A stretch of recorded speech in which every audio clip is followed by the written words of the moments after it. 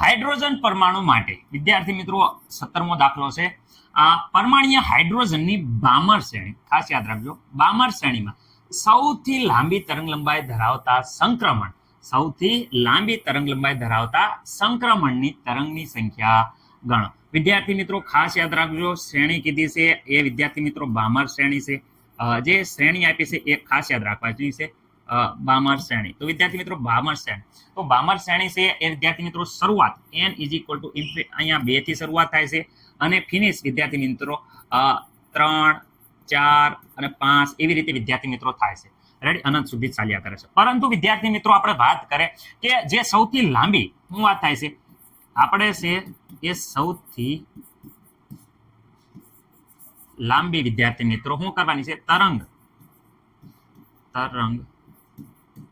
લંબાઈ ધરાવતા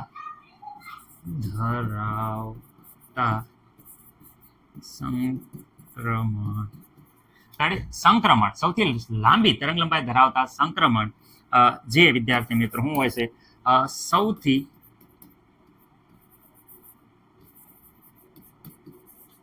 ઓછી ઉર્જા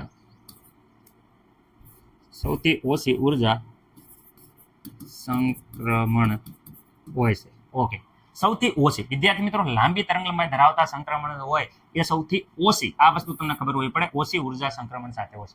અચ્છા, તો વિદ્યાર્થી મિત્રો અહીંયા n1 છે એ વિદ્યાર્થી મિત્રો આપણે લઈશું કેટલા, તો વિદ્યાર્થી મિત્રો 2, અને વિદ્યાર્થી મિત્રો જે n2 છે એના બરાબર ઓછામાં ઓછી નજીકમાં નજીક 3 છે ઉર્જા કક્ષક, તો એમાં સૌથી ઓછી ઉર્જા જરૂર પડે. તો વિદ્યાર્થી મિત્રો n = 3, આ વસ્તુ તમને ખબર પડી જાય તો દાખલો તમારે સૂત્ર તો ઓલરેડી તમને આવડે છે અને દાખલો તમને મસ્ત મજાનો આવડે છે. તરંગની સંખ્યા, ઓકે, તરંગની સંખ્યા બરાબર આપણે વ્યવસ્થિત રીતે દરેક વિદ્યાર્થી મિત્રોને સૂત્ર ખબર છે. શું છે સર?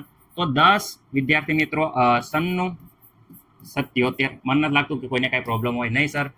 1 વિદ્યાર્થી મિત્રો n1² - 1 n2² વિદ્યાર્થી મિત્રો, અને આ વિદ્યાર્થી મિત્રો આવે છે સેન્ટીમીટર ઇન્વર્સમાં.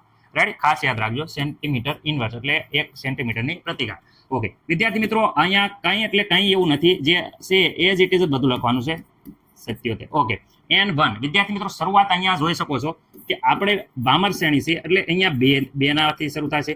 નજીકની શ્રેણી વિદ્યાર્થી મિત્રો આવશે 3. ઓકે, હવે અહીંયા જોઈ શકો છો 10, 97. આ વિદ્યાર્થી મિત્રો બોલ કરશો એટલે અહીંયા તરંગની સંખ્યાનું સૂત્ર છે. ઓકે, અહીંયા 1/, વિદ્યાર્થી મિત્રો 2 નો વર્ગ 4, 1/, 3 નો વર્ગ વિદ્યાર્થી મિત્રો 9 આવે છે. ઓકે, હવે વિદ્યાર્થી મિત્રો અહીંયા વાત કરે 10, 97 વિદ્યાર્થી મિત્રો 10, 97 વિદ્યાર્થી મિત્રો. ઓકે, અહીંયા વિદ્યાર્થી મિત્રો બંનેનો ગુણાકાર થઈ જશે, ઉપર અહીંયા ચોકડી ગુણાકાર એટલે 9 - 4. ઓકે વિદ્યાર્થી મિત્રો, અહીંયા 10, 97 વિદ્યાર્થી મિત્રો. ઓકે, 9 માંથી તો 4 જાય તો 5, 9 ચોક વિદ્યાર્થી મિત્રો 37. ઓકે, 10, 97 ભાગ્યા વિદ્યાર્થી મિત્રો ગુણ્યા 5 અને ભાગ્યા 36 આપણે કરીએ તો આપણો જવાબ આવે છે 15232.9. રેડી, અહીંયા વિદ્યાર્થી મિત્રો આપણો જવાબ આવે છે, શું આવે છે, 15232.9. વિદ્યાર્થી મિત્રો કેલ્ક્યુલેટર એકવાર મારી દેજો, કારણ કે મારેથી ભૂલ થઈ હોય તો તમે જરાક જોઈ લીજો. રેડી, કેલ્ક્યુલેટરથી ભૂલ થઈ જશે, મેથડમાં કંઈ પ્રોબ્લેમ નહીં આવે, કદાચ કેલ્ક્યુલેટરમાં આંકડો ઉતાવળમાં થઈ જાય પાછું તો જોઈ લીજો વિદ્યાર્થી મિત્રો. ઓકે, હવે વિદ્યાર્થી મિત્રો અહીંયા સેન્ટીમીટર છે.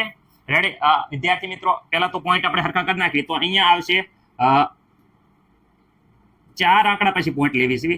તો વિદ્યાર્થી મિત્રો અહીંયા આવશે, જોઈ શકો છો તમે, ગુણ્યા 10 વિદ્યાર્થી મિત્રો 4 ઘાત આવશે. ઓકે, એ પણ વિદ્યાર્થી મિત્રો સેન્ટીમીટર ઇન્વર્સ.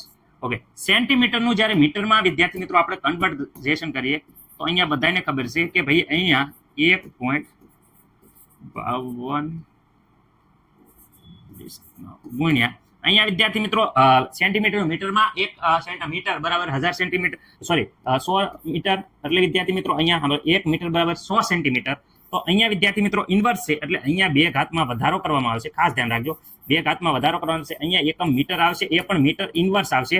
એટલે વિદ્યાર્થી મિત્રો બાકી આપણે ભાગાકાર થાય, ખાસ સેન્ટીમીટરમાંથી મીટરમાં કન્વર્ટ કરો ભાગાકાર થાય, પરંતુ અહીંયા ઇન્વર્સ છે, માઇનસ ઘાત છે, એટલે વિદ્યાર્થી મિત્રો અહીંયા માઇનસ ઘાત હોવાના કારણે આ થયું છે. અને બધાને ખબર છે કે 1 મીટર બરાબર 100 સેન્ટીમીટર.